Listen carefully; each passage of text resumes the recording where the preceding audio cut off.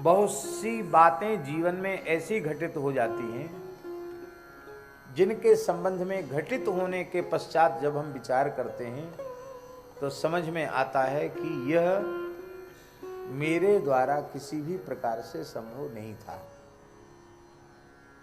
इतना बड़ा काम हमारे जैसे साधारण मनुष्य के द्वारा कैसे हो गया? तो उस समय यह नहीं सोचना चाहिए कि मैंने अपने श्रम, अपने पुरुषार्थ या अपने सुकृत से ये किया। गीता जी में भगवान क्या कह रहे हैं? अहंकार विमूढ़ात्मा कर्ताहमिति मन्यते। पर जो साधु पुरुष होते हैं, सज्जन पुरुष होते हैं, वो किसी भी उपलब्धि का श्रेय स्वयं नहीं लेते हैं। वे उपलब्धि का श्रेय अपने पूज्य गुरुजनों को ही प्रदान करते हैं। इसमें एक बहुत बड़ी बात है कि स्वयं अहंकार से व्यक्ति बच जाता है। हमारे पूज्य गुरुदेव भक्तमाली जी कहते थे, अहंकार किसी काम में नहीं आता।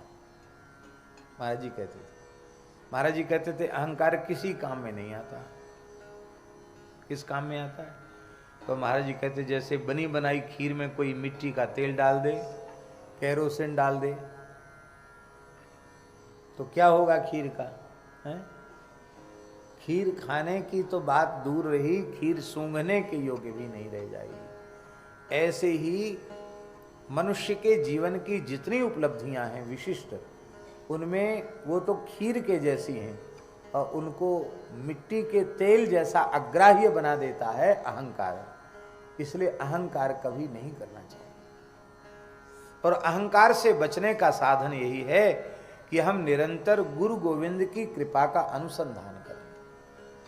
हमने जो कुछ किया भगवान की कृपा से किया। और देखिए ये बात बिल्कुल सत्य है, हम जो कुछ कर रहे हैं वो भगवान के अनुग्रह से ही कर रहे हैं।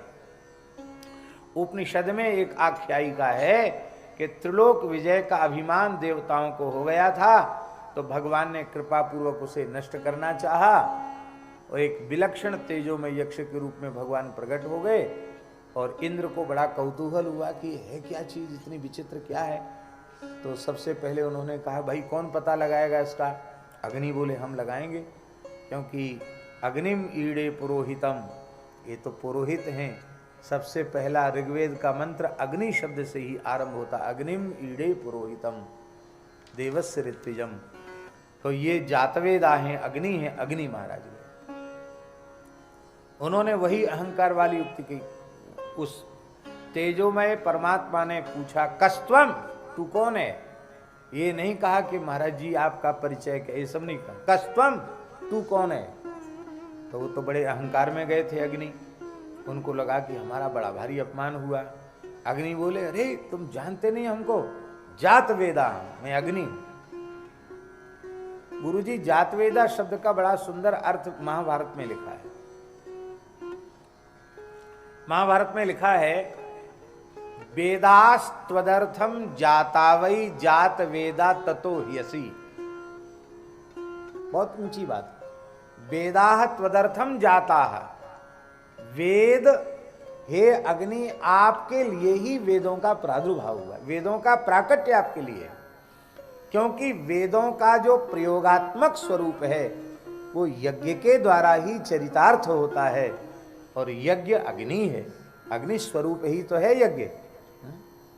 चाहे स्मार्त यज्ञ करो तो, और श्रौत यज्ञ करो जिसमें वषटकार का प्रयोग होता है वो श्रौत यज्ञ होता है, जिसमें स्वाहाकार का प्रयोग होता है वो स्मार्त यज्ञ होता है। श्रौत स्मार्त किसी भी यज्ञ में अग्नि स्थापन होता है। इसलिए वेदों का प्रादुर्भाव अग्नि के लिए। जात वेदास ततो यसी, वेदास त्वदर्थम जातावई जात वेदास ततो ह्यसि। आपके लिए वेदों का प्रादुर्भाव हुआ है अग्नि, आप जात वेदा हो। क्या कर सकते हो तुम? अरे बोले क्या नहीं कर सकते, हम सारे तीनों लोगों को जला के खाक कर सकते हैं।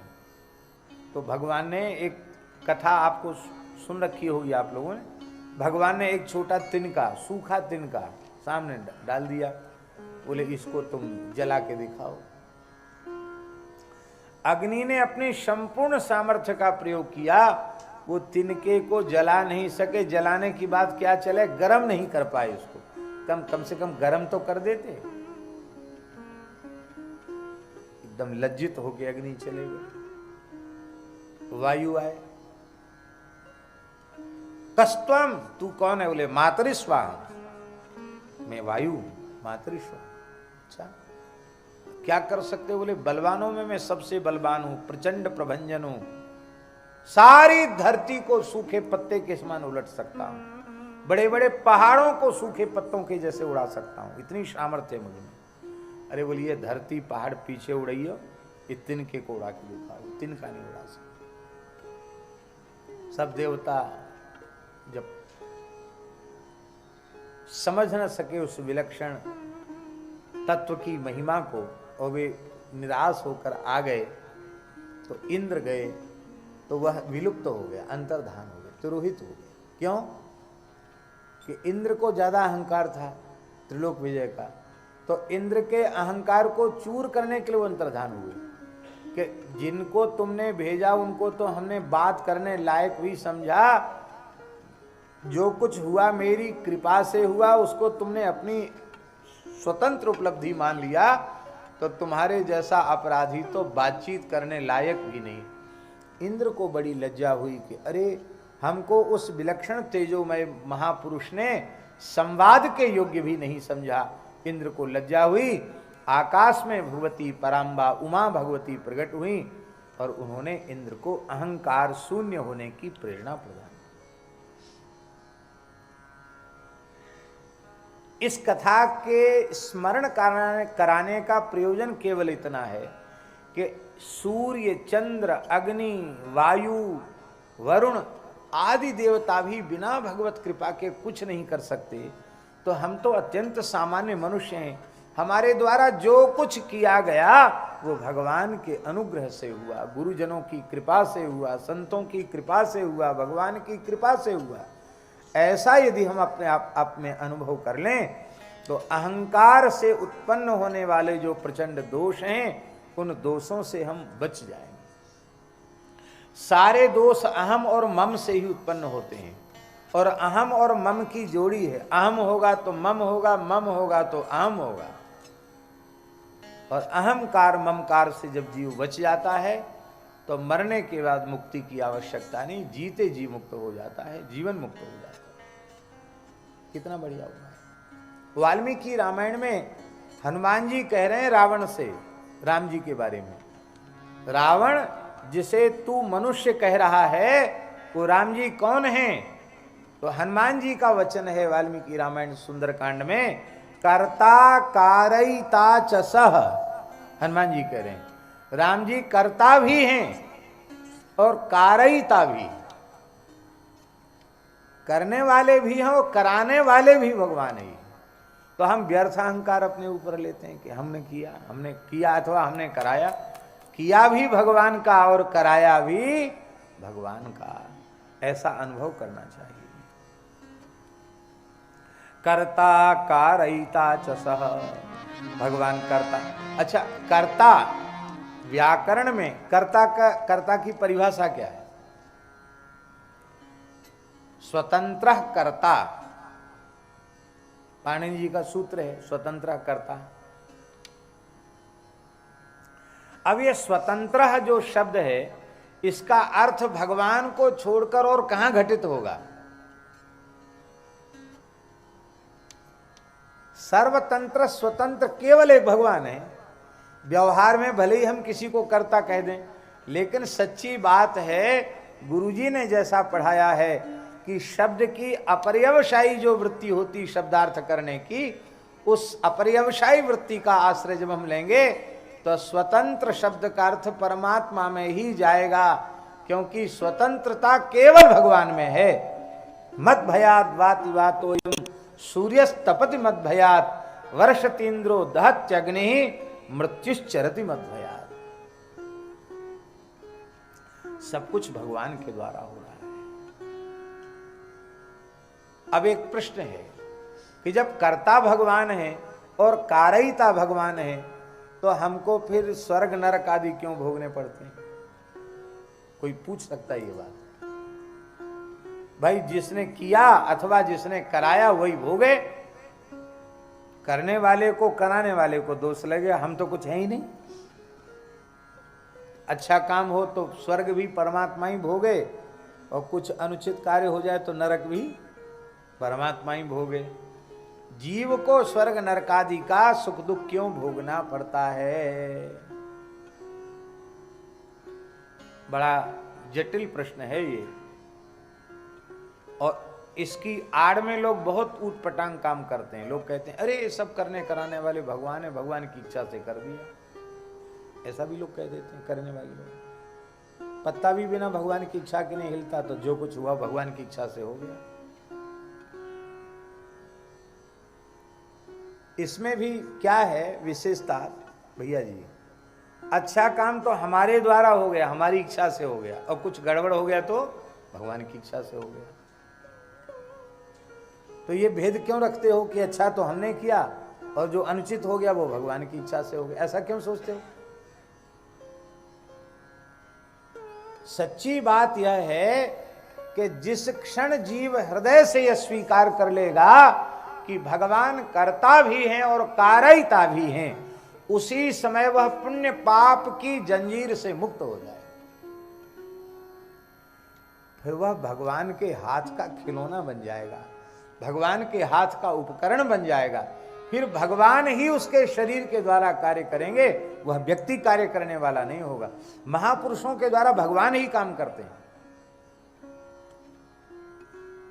भगवान का उपकरण बन जाते हैं महापुरुष, और भगवान उनके द्वारा बड़े बड़े कार्य कर देते हैं। पुण्य पाप के बंधन में नहीं रहते। इस प्रकार का जैसे विश्वास है कि भगवान कर्ता भी हैं और कारयिता भी हैं, ऐसा विश्वास जिस भाग्यशाली जीव को हो जाता है, निषिद्ध आचरण जागृत की तो चले क्या, स्वप्न में भी उसके द्वारा निषिद्ध आचरण नहीं होगा।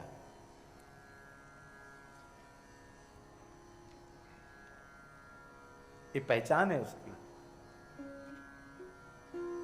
हम लोग सीधे कह देते हैं उर प्रेरक रघुवंश विभूषण, पर महाराज जी बड़ी सुंदर बात कहते थे इस संबंध में, बहुत ध्यान देने योग्य बात है। महाराज जी कहते थे कि लोमस जी जैसे जो जीवन मुक्त महात्मा हैं, उनके हृदय में उर प्रेरक रघुवंश विभूषण हैं। अन्यथा पापी के अंतःकरण में निषिद्ध कर्म करने की प्रेरणा उसके पापमय संस्कार ही करते हैं, और पुण्यात्मा के भीतर पुण्य कर्म करने की प्रेरणा उसके पुण्य के संस्कार ही करते हैं। पर जो भगवान के भक्त पूर्ण ज्ञानी हैं, पूर्ण भक्त हैं, जो पुण्य पाप के बंधन से मुक्त हो चुके हैं, ऐसे महात्मा वे जो कुछ करते हैं वो भगवान की प्रेरणा से करते हैं। इसलिए उर प्रेरक रघुवंश विभूषण ये लोमस जी जैसे संतों के लिए है। जहि कौतुक खग स्वान को प्रभु न्याव निवेरो।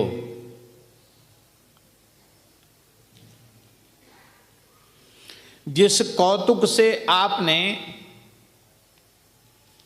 पक्षी का न्याय किया और आपने कुत्ते का न्याय किया, ये महाराज जी तुलसीदास जी की दीनता है। वो कहते हैं हम तो उस उल्लू और उस गीध से भी गए बीते हैं और हम उस कुत्ते से भी गए बीते हैं, पर भगवान न्याय तो हम चाहते हैं। इसलिए दरबार में आए हैं कि जहाँ उल्लू और गीध का न्याय किया जाता है, जहाँ कुत्ते का भी न्याय किया जाता है, वहाँ इस दीनहीन तुलसीदास का भी न्याय जरूर होगा।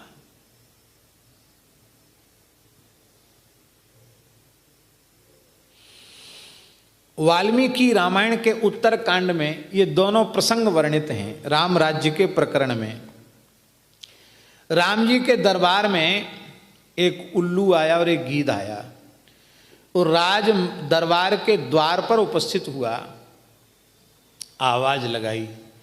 भगवान ने कहा कोई आर्त आया है, लक्ष्मण जाओ राजसभा के द्वार पर जाओ, कौन आया है, कौन पीड़ित व्यक्ति आया है। लक्ष्मण जी पधारे। बोले महाराज कोई मनुष्य नहीं है, एक उल्लू है और एक गीध है, ये दोनों झगड़ा करते हुए आए हैं, आपसे न्याय कराना चाहते हैं। राम जी बोले दरबार में प्रस्तुत करो।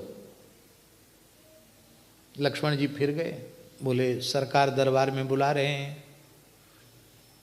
तब उल्लू और गीध ने कहा ये तो प्रभु की करुणा है, लेकिन हम मर्यादा पुरुषोत्तम की मर्यादा का अतिक्रमण नहीं करेंगे। हम तामसी भोग योनि में पड़े हुए जीव हैं, हम उस पवित्र ऋषियों की सभा में जाने के अधिकारी नहीं, इसलिए हम वहां से चलकर यहां तक आ गए हैं, तो सरकार भी अपने सिंहासन से चलकर यहां तक आ जाए। लक्ष्मण जी ने कहा सरकार वो तो वहीं बुला रहे हैं आपको। भगवान उनकी धर्मशीलता का विचार करके प्रसन्न हुए और सभा संपन्न होने का समय हो ही गया था। भगवान ने संकेत किया और सब उठ के खड़े हो गए। भगवान राजसभा के द्वार पर आ गए। अब महाराज उस कौतुक को देखने के लिए जितने सभासद थे वशिष्ठ आदि ऋषियों के सहित, वो सब द्वार पर ही खड़े हो गए, दूर दूर खड़े हो गए। क्या तमाशा होता है, क्या देखें क्या होता है। तो राम जी ने कहा बताओ भाई झगड़ा किस बात का है।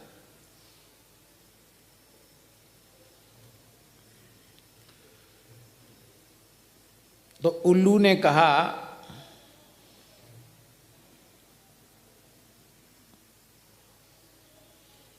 कि महाराज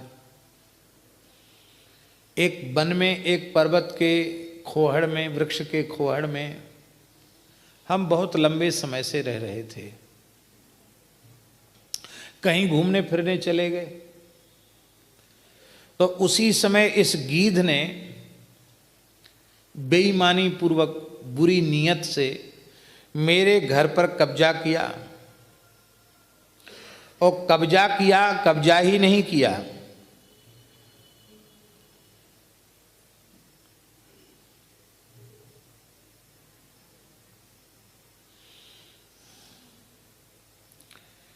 उल्लू से कहा कि ये घर मेरा है, खाली कर दो इसको, इस पर तुम्हारा कोई अधिकार नहीं। उल्लू कहता था नहीं घर तो मेरा है, गीध कहता था घर तो मेरा है, और उल्लू कहता था घर मेरा है, घर एक ही था। गीध कहता था घर मेरा है, उल्लू कहता था घर मेरा। बोले चलो राजा साहब के पास न्याय कराओ। राम जी के दरबार में आए। रामचंद्र जी ने उल्लू से पूछा घर किसका है, तू उसमें कब से रहता है। तो महाराज जी उल्लू ने कहा कि जब से वृक्षों की सृष्टि हुई है तब से मैं उसी घर में रहता हूं। क्या कहा उसने, जब से पेड़ों की सृष्टि हुई है तब से मैं उसी घर में रहता हूं। फिर भगवान ने गीध से पूछा, देखो वस्तुतः घर तो उल्लू का था, गीध तो उस पर कब्जा करना चाहता था। तो भगवान ने गीध से पूछा भाई ये घर किसका। बोले घर हमारा है। तो इस घर में तुम कब से रहते हो। तो उसने कहा जब से मनुष्यों की सृष्टि हुई है तब से मैं वहां रहता हूं। क्या कहा, जब से मानव की सृष्टि हुई है तब से मैं वहां रहता हूं। भगवान ने कहा मानव की सृष्टि के पहले ही वृक्षादि की सृष्टि हुई है, इसलिए घर उल्लू का है, तुम्हारा नहीं, भाग जाओ यहां से। नहीं समझे।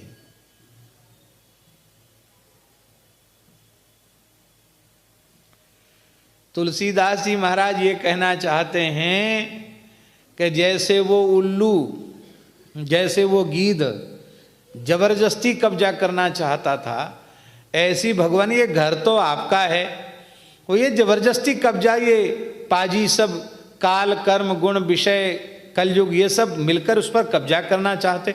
आप इनको डांट कर कहिए कि नहीं, जब तुम्हारा आता पता भी नहीं था तब से इसका घर है। तुम तो बहुत पीछे आए हो, उसके पहले भी घर हमारा था। जब हमारे पास शरीर नहीं था तब भी हम राम जी के थे। जब शरीर नहीं रह जाएगा, चिता में चला जाएगा, उसके बाद भी राम जी के रहेंगे। आज भी हम राम जी के ही हैं। तो इनकी हिम्मत कैसे हुई इस पर कब्जा करने की?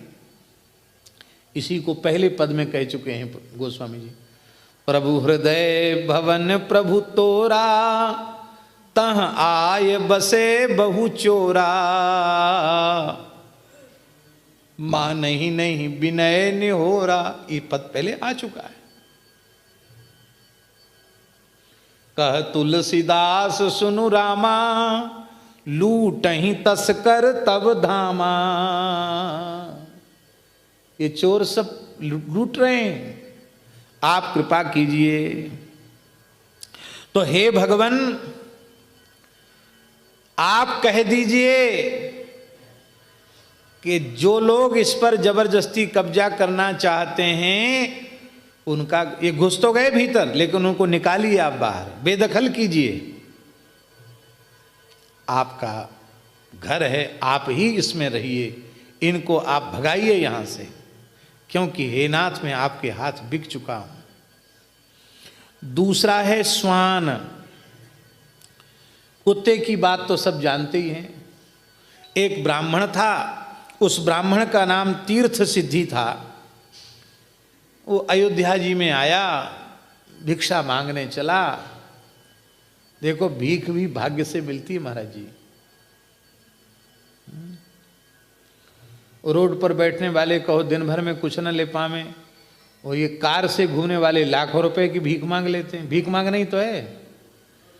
तो भीख भी भाग्य से मिलती है, सबको भीख भी नहीं मिलती है। वो ब्राह्मण का भाग्य ही ऐसा था, क्योंकि किसी को खिलाया नहीं तो खुद खाने को कहां से मिलेगा। तो महाराज जी क्या हुआ कि वो ब्राह्मण चला भिक्षा के लिए। एक कुत्ता स्वाभाविक वहां था, कुत्ता ने मुंह पर क्यों रोया। कुत्ता जैसे ही कुत्ता रोया, ब्राह्मण को लगा ये बड़ा अशुगुन किया इस कुत्ते ने, कान फड़फड़ाए रोया, अशुभ कर दिया, अशुगुन कर दिया। फिर ब्राह्मण को क्रोध तो आए लेकिन कुछ बोला नहीं, गया। उस दिन उसको कुछ नहीं मिला, भिक्षा में कुछ नहीं मिला, किसी ने कुछ नहीं दिया। दूसरे दिन फिर चला, फिर जैसे ही चला वो कुत्ता वहीं बैठा था। हाँ ऐसे रोते हैं कुत्ते, ऐसे रोया महाराज बड़ी जोर से रोया। फिर उसको गुस्सा आया कि अरे बड़ा दुष्ट है, कल इसने रोया था तो हमको कहीं खाने को नहीं मिला, आज फिर रोया। उठाया डंडा, मारा सिर पे, सिर फोड़ दिया। कुत्ते के सिर से रक्त बहने लग गया।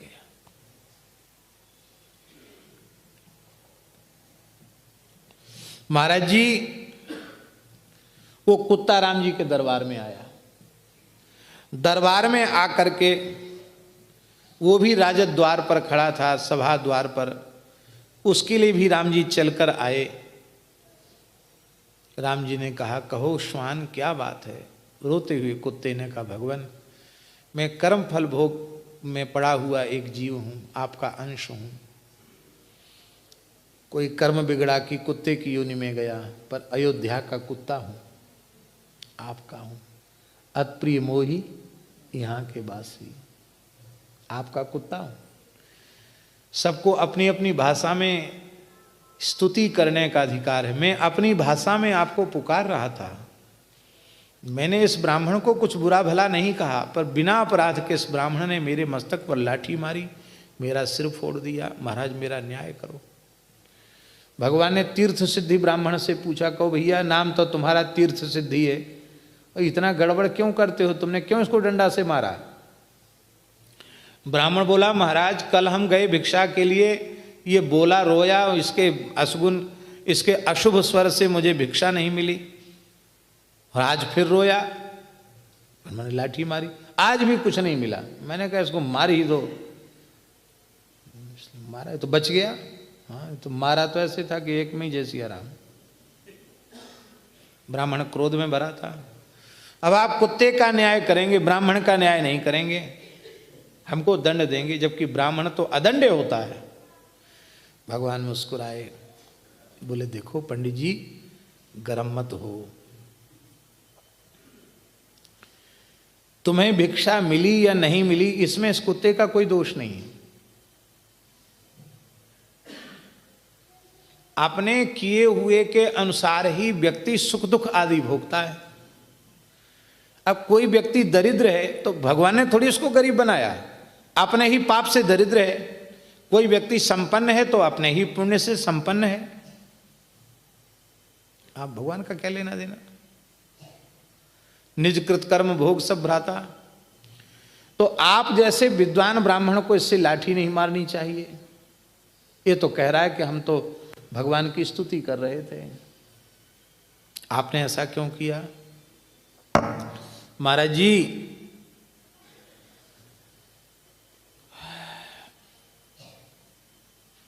भगवान ने कहा कुत्ते से कि देखो ब्राह्मण भी धर्म की दुहाई दे रहा है, इसको आप कहो कि इसने डंडा मारा तो हम सेवकों का आदेश दें कि ब्राह्मण को डंडा मारो, ये तो नहीं कहा जा सकता, क्योंकि ब्राह्मण अदंड होता है। तो इस समय मैं बड़े धर्म संकट में हूं, तुमको न्याय तो, तुम्हारे साथ न्याय तो तब होगा जब मैं ब्राह्मण को दंडित करूं, और ब्राह्मण दंड का पात्र नहीं। तो धर्म की भी रक्षा हो जाए और तुम्हारे प्रयोजन की भी पूर्ति हो जाए, ऐसा कुछ बताओ मध्यम मार्ग। वो कुत्ता ने कहा महाराज हम भी यही चाहते हैं कि आप इसको दंड दें, मेरी जो इच्छा है उसके अनुसार आप इसको दंड दें। भगवान ने कहा देखो शरीर दंड नहीं होता ब्राह्मण के लिए, समझ लेना। तुम कहो इसको फांसी पे चढ़ा दो, इसको कोड़े से पिटवाओ, तो ये नहीं होगा, इसको छोड़ के कुछ मांगो। बोला महाराज आप निश्चिंत रहिए, मैं आपकी मर्यादा का, आपके धर्म का विचार करके ही काम करूंगा।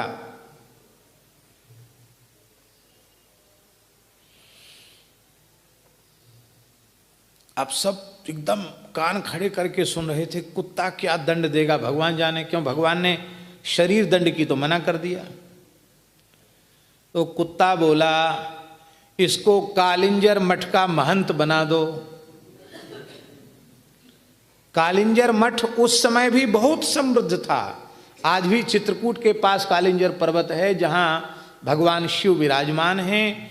पुराणों में उस स्थान की बड़ी महिमा, स्कंद पुराण, पद्म कूर्म पुराण में भी हमने देखा, लिंग पुराण में भी देखा, शिव पुराण में भी देखा। कालिंजर का बड़ा महात्म्य है महाराज जी, कालिंजर पर्वत का।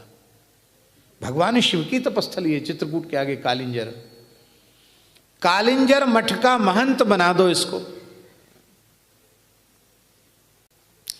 ब्राह्मण का तो रोम रोम खिल गया।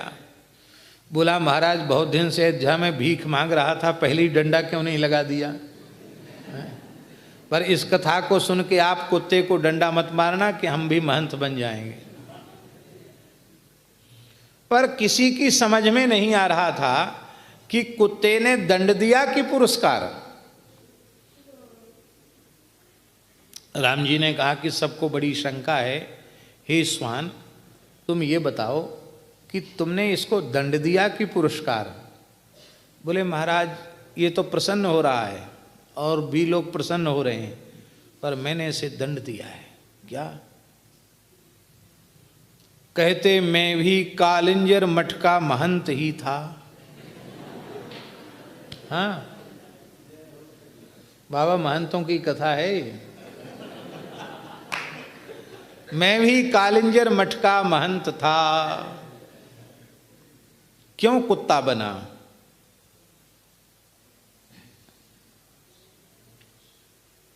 बहुत सूक्ष्म बात है। भगवान शिव के अभिषेक के लिए घी आया था,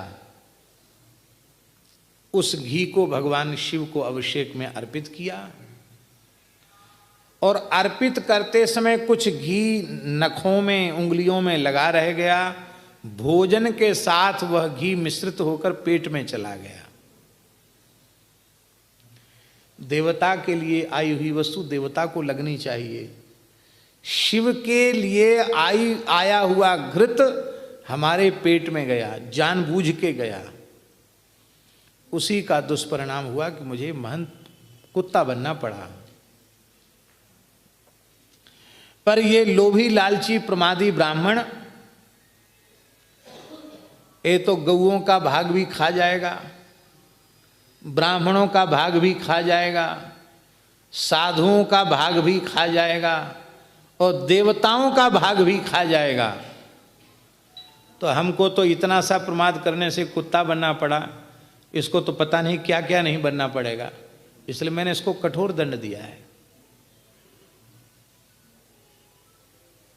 बहुत कान खोल कर सुन लो, देवता का भाग, ब्राह्मण का भाग, गऊ का भाग, साधु का भाग, उसको भूल कर भी नहीं खाना चाहिए, भूल कर भी। जो वस्तु जिस लिए आवे उसको उसी काम में लगा दो,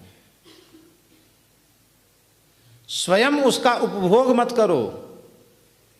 अभी थोड़ी देर पहले हमने कहा था भोग बंधन कारक है और प्रसाद मोक्ष कारक है।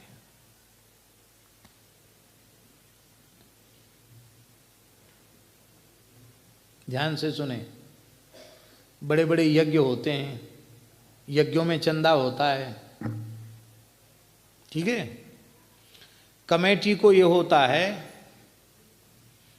कि कमेटी बनाई है, हमने पैसा इकट्ठा किया क्योंकि स्वरूप देख करके चंदा मिलता है, तो हमने इतने करोड़ रुपए इकट्ठे किए तो कमेटी में पैसा बचना चाहिए, ये कमेटी वालों का मन होता है। अब गृहस्थी को कौन दे, किसी न किसी बाबा जी को आगे रखना पड़ता है। इनके जैसे बाबा जी को नहीं, ये तो आग लगाने वाले हैं, इनको जैसे नहीं। किसी अच्छे भव्य जटाजूट वाले त्यागी तपस्वी और देखने में लगे कि हाँ कोई बड़का महात्मा है, ऐसे को आगे रखना पड़ता है। उनके पर्चा छपते हैं, उनका फोटो छपता है, बड़े महाराज सिद्ध पुरुष हैं, यों हैं त्यों हैं, 12 साल से फलाहार कर रहे हैं अथवा मौन है, कुछ ना कुछ कहा जाता है। साधन तो करते ही महात्मा लोग, उनका भी मन होता है, जिनको आगे किया जाता है उनका भी मन होता है कि जो हमारे पास है उसको हम नीचे धर लें, आसन के नीचे, वो न लग जाए उधर।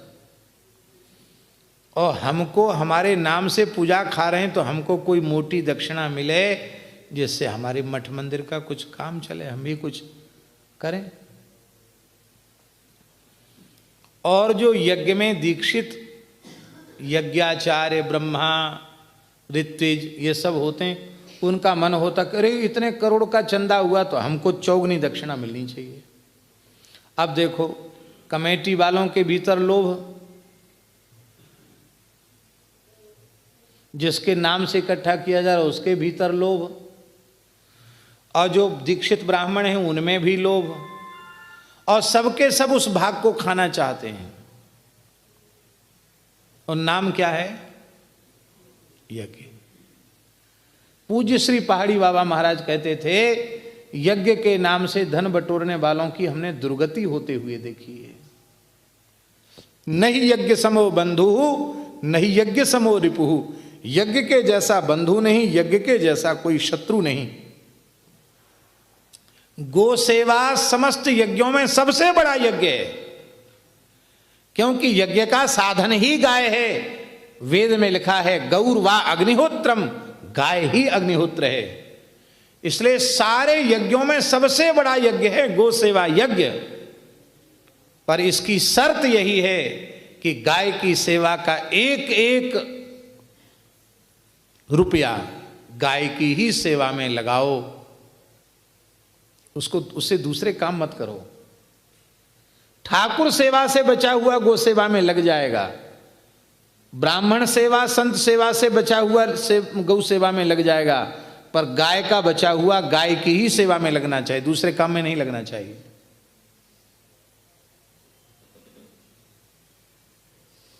मामा जी ने एक पद लिखा है, बहुत सुंदर बड़ा पद है। उसमें उन्होंने लिखा है गाय के नाम से जो पैसा कमाओगे, चंदा कमाओगे, तो वो कुछ काम नहीं आएगा, ऐसा पद है ना उनका। गौ माता की करुण पुकार, सुनो रे धर्म प्राण भाइयों। गाय के नाम से जो चंदा पैसा कमाओगे उससे भी अधिक अपनी गांठ से कमाओगे,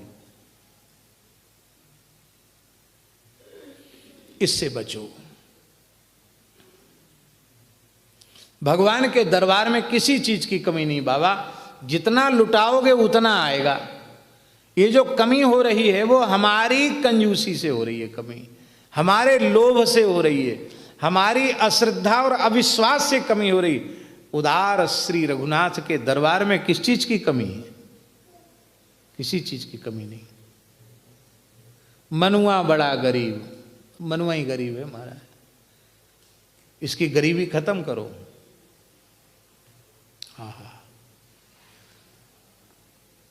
हमारे पूज्य गुरुदेव, समय तो आज बहुत हो गया, हमारे पूज्य गुरुदेव भक्तमाली जी महाराज, उन्होंने एक साधु को पत्र का उत्तर लिखा और पत्र लेटर बॉक्स में डालने की सेवा दास की थी। विद्यालय जा रहे हो तो डिब्बा में पोस्ट ऑफिस वाले लेटर बॉक्स में पत्र डाल देना। तो महाराज जी की अनुमति से हम पत्र, खुले पत्र होते तो पढ़ ही लेते, तो सत्संग के पत्र होते थे, इसलिए महाराज जी कभी कभी पूछते हैं, महाराज जी हम पढ़ लें? महाराज अच्छा तुम पढ़ लो तब बंद करेंगे, पढ़ लेते थे। तो एक पोस्ट कार्ड में लिखा था महाराज जी ने पत्र, पोस्ट कार्ड तो खुला रहता ही है। तो पत्र इसलिए लिखा था महाराज जी ने कि एक स्थान में उस साधु की जरूरत थी, वो साधु पहले व्यवस्था देखता था, बाद में कुछ नाराज होकर चला गया। तो उसने महाराज जी को पत्र क्या लिखा, साधु ने, महाराज जी उसने पत्र लिखा कि मुझे महंत बनाने का आश्वासन पक्का मिले और मेरे नाम से पक्की लिखा पड़ी हो, अब मुझे विधिवत महंत बनाया जाए, घोषित किया जाए, बनाया जाए, मेरे नाम से पक्की लिखा पड़ी हो, तो मैं द्वारा इस शर्त पर आने के लिए और व्यवस्था संभालने के लिए राजी हूं, नहीं तो मेरे पास समय नहीं है।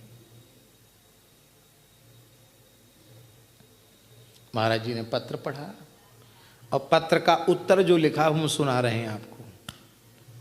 महाराज जी ने लिखा ऊपर, श्री रामः सर्वत्र राजते, नीचे लिखा परमादरणीय अमुकदास जी महाराज सादर सप्रेम दंडवत प्रणाम।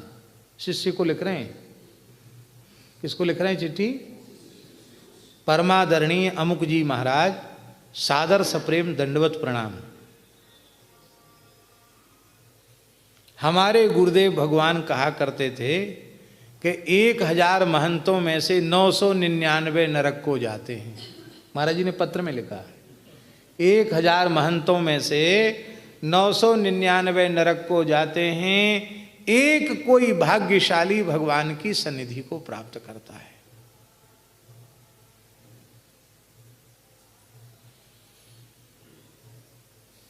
महंत बनकर जो हरि गुरु की संपत्ति को, देवताओं की संपत्ति को अपना मानकर अपने ढंग से उसका उपयोग करना चाहते हैं, उन्हें अधपतित होना पड़ता है।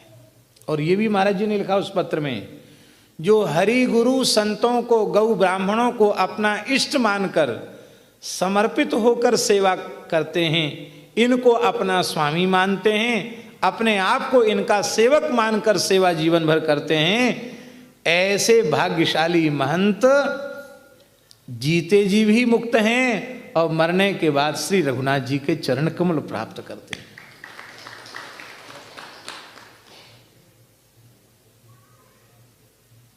और ये बिल्कुल नहीं लिखा कि तुम आओ कि मत आओ, ये कुछ नहीं लिखा।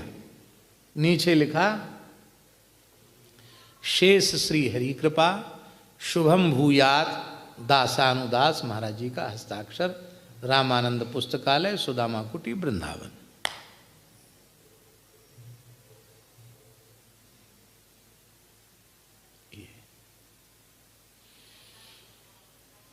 इसका मतलब तो कोई महंत ही नहीं बने तो इन मठों की व्यवस्थाएं कैसे चलेंगी? महाराज जी महंत की निंदा नहीं है, महंत बनने के बाद जो भगवत द्रव्य का उपयोग अपनी वासना पूर्ति के लिए किया जा रहा है, ऊटपटांग कामों में उसका व्यय किया जा रहा है, उसका निषेध है। जो जिस लिए आया हो उस काम में लगा दो। बहुत उत्तम पक्ष है कि जितना आया है उतना लगा दो, कुछ बढ़ती बचे तो और लगा दो, कोई चिंता नहीं, पर उसमें से बचाने की कोशिश मत करो। पर ऐसा होता है क्या? बुरा नहीं मानना, भंडारे भी कमाई का साधन है, पक्का है। ये बहुत अच्छी दुकान है भंडारे की।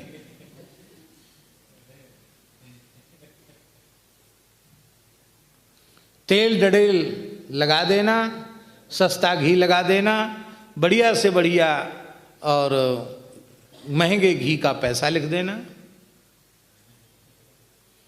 पूज्य श्री पहाड़ी बाबा महाराज कहते थे कि भंडारा हो गया उदारता पूर्वक, उसके बाद महाराज जी जो घी तेल मसाला बचा है वो अमृत के समान पवित्र है, उसको सेवा में लगाओ। पहले से ही कोशिश मत करो कि इसमें से हम बचा के रख लें, कम पड़ जाएगा। बांट खाए बरक्कत, अकेले खाए हरक्कत। खूब उदारता से करो। हमारे मन में बहुत समय से एक इच्छा है, भगवान की लगता है इच्छा नहीं इसलिए पूरी, हमारे मन में एक बहुत समय से इच्छा है कि कम से कम मलुक पीठ में ऐसा हो, अच्छे विरक्त पवित्र साधु ब्राह्मण रसोई की सेवा के योग्य मिल जावें समर्पित भाव से।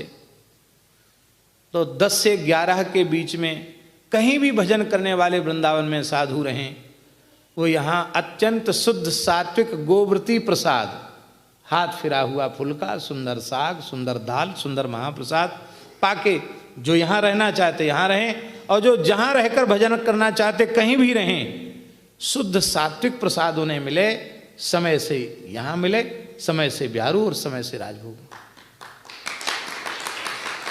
तब इस ईंट पत्थर की सफलता है, नहीं तो ईंट पत्थर और बिल्डिंग का क्या काम भैया। ईंट पर ईंट भरे मत रखो, पर रोटी रखो, ये ऊंची बात है। आप लोग कहेंगे कि ऐसा आप क्यों चाहते हैं? क्या लोग संतों के स्थानों में रहते क्या भूखे रह रहे हैं? क्या खाने को उनको नहीं मिलता? देखो सच्ची बात यह है, ईमानदारी की बात कह रहे हैं, साधक को जैसा भोजन मिलना चाहिए उसके अनुरूप व्यवस्था कहीं भी नहीं है। है कहीं?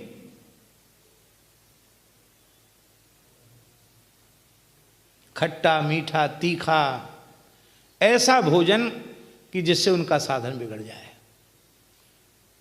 इसलिए हम निवेदन कर शुद्ध सात्विक। और जिनको भोज भंडारा खाना उनको तो रोकेगा कौन? उनको तो खाना ही चाहिए, नहीं तो सब कृतार्थ कैसे होंगे? उनको सबको वो खूब भोज भंडारे खाएं। पर जो ईमानदारी से भजन करना चाहते हैं, भोज भंडारे से जिनका कोई लेना देना नहीं, ऐसे संत प्रेम से आकर समय से प्रसाद पालें। पर होए सब साधुओं की व्यवस्था। कोई ऐसे संत होवें जो समर्पित भाव से ये सेवा करना चाहें तो उनका भी सौभाग्य होगा, स्थान का भी सौभाग्य होगा। जैसी गाय प्रसन्न है ऐसी संत प्रसन्न हो, ऐसी ब्राह्मण प्रसन्न हो। कोई किसी को खिलाता नहीं है महाराज जी, सब अपने भाग का खाते हैं। कोई किसी को खिलाता है क्या? ये तो कितनी कृपा कर रहे हैं कि भाग्य इनका है, यहां बैठकर पा रहे हैं, ये इनकी कृपा है। ये भाग्य तो इनका है, ये जहां रहते वहीं मिलता। पर ये कितने दयालु हैं कि अपने भाग्य का भोग यहां बैठकर प्राप्त कर रहे हैं। इसलिए किसी को ठुकराओ मत, सब प्रेम से प्रसाद पाए, खूब खाओ, खूब खाओ। बहुत ऊंची बात भक्तमाली जी की बात तो ये है कि ये भोजन कर लें, यही इनकी सबसे बड़ी सेवा है। प्रसाद पालें, यही इनकी सबसे बड़ी सेवा है। इस भाव से सेवा हो गई।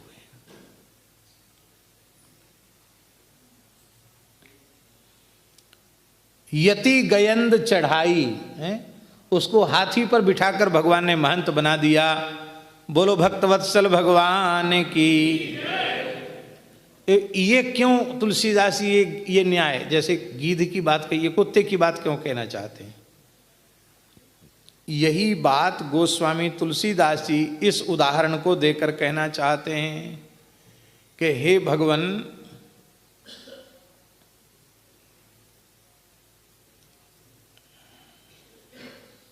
ये जो है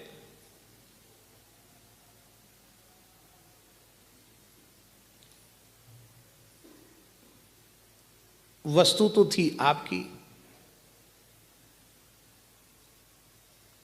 वस्तु आपकी थी, आपकी सेवा की वस्तु थी, और लालच के कारण दुरुपयोग किया गया तो कुत्ते की योनि में जाना पड़ा। अब कुत्ते की योनि में जाने के बाद भी डंडा मारने वाला पीछे लगा है। ध्यान में यही बात, माने वस्तु तो आपकी थी, हमने मनमाने ढंग से उसका उपयोग किया, देह इंद्रिय आदि को अपने मनमाने ढंग से हमने उपयोग किया। अभी हमने कहा था ना, शरीर संसार भोग की सामग्री नहीं है, उपासना की सामग्री है। तो ये भगवान की सेवा में लगना चाहिए था, पर इस उपासना की सामग्री को अपनी वासना पूर्ति में हमने लगाया। इसी से हमको कुत्ता बनना पड़ा। कुत्ता बनना पड़ा मतलब इस चक्र में हम पड़े हैं। अब समझ में आ रही है कि हमने जो यही तन कर फल विषय न भाई है, स्वर्ग हु स्वल्प अंत दुखदाई। नर तन पाए विषय मन देही, पलट सुधाते सठ विषलेही। तो भगवान अब भी ये दोष डंडा लेकर हमारे पीछे पड़े हैं, अभी भी डंडा से मार रहे हैं हमको। तो महाराज ऐसा करो, ये कलयुग आदि जितने हैं इनको महंत बना दीजिए आप। क्या करिए, इस काल कर्म को, कलयुग को आप कहीं का मठाधीश बना दीजिए, चद्दर उड़ा दो, जिससे कम से कम हमारा पिंड तो छूटे, हमारे साथ न्याय हो जाएगा। नहीं तो महाराज ये हमारे पीछे पड़े रहेंगे। भगवान हंसने लगे। भगवान ने कहा अच्छा तो आप अब रो मत, आपकी विपत्ति कैसे दूर होगी? बोले बारक बली। क्या करें कि जेहि कौतुक खगन स्वान को, प्रभु न्याव निवेरो, तेहि कौतुक कहिए कृपालु, तुलसी है मेरो। हमारी सारी समस्या का समाधान इतना ही है कि आप एक बार इन सब जो हमको सता रहे हैं इनके बीच में कह दीजिए कि तुलसी मेरा है, अब इसकी ओर आंख उठा के देखना नहीं। बस कौतुक, कौतुक का मतलब खेल खेल में कह दो आपको, ए मेरा है, इतना कह दो बस। इतने से ही हमारा तो काम बन जाएगा और फिर आपका नाम रह जाएगा। हमारा काम बन जाएगा और आपका नाम रह जाएगा, क्योंकि हमने नाम की ओट ली है और नाम की लाज, नाम की साख सबको बचा के रखनी पड़ती। साख गिर जाए तो अच्छी बात नहीं है, तो अपने नाम की साख आप बचा कर रख लीजिए। हे नाथ, मैं तो बार बार कहता हूँ कि मैं आपका हूँ, आपका हूँ, आपका हूँ। आप एक बार कह दो कि तुलसी तू मेरो है। हे नाथ, ऐसा पवित्र अवसर हम लोगों के जीवन में आवे कि भगवान कहें कि तुम मेरे हो। अच्छा, अब एक बात और हम अपनी ओर से कह देते हैं। अपनी ओर से तो नहीं, संतों की ओर से ही। अपने हमारा क्या प्रमाण है?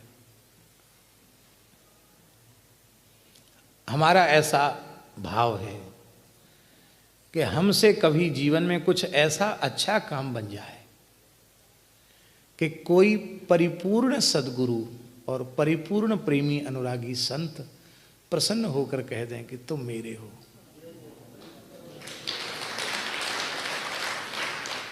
यदि संत सद्गुरु ने भी हमारे किसी काम से रीझ कर कह दिया कि तुम मेरे हो, तो भी कलयुग की दाल गलने वाली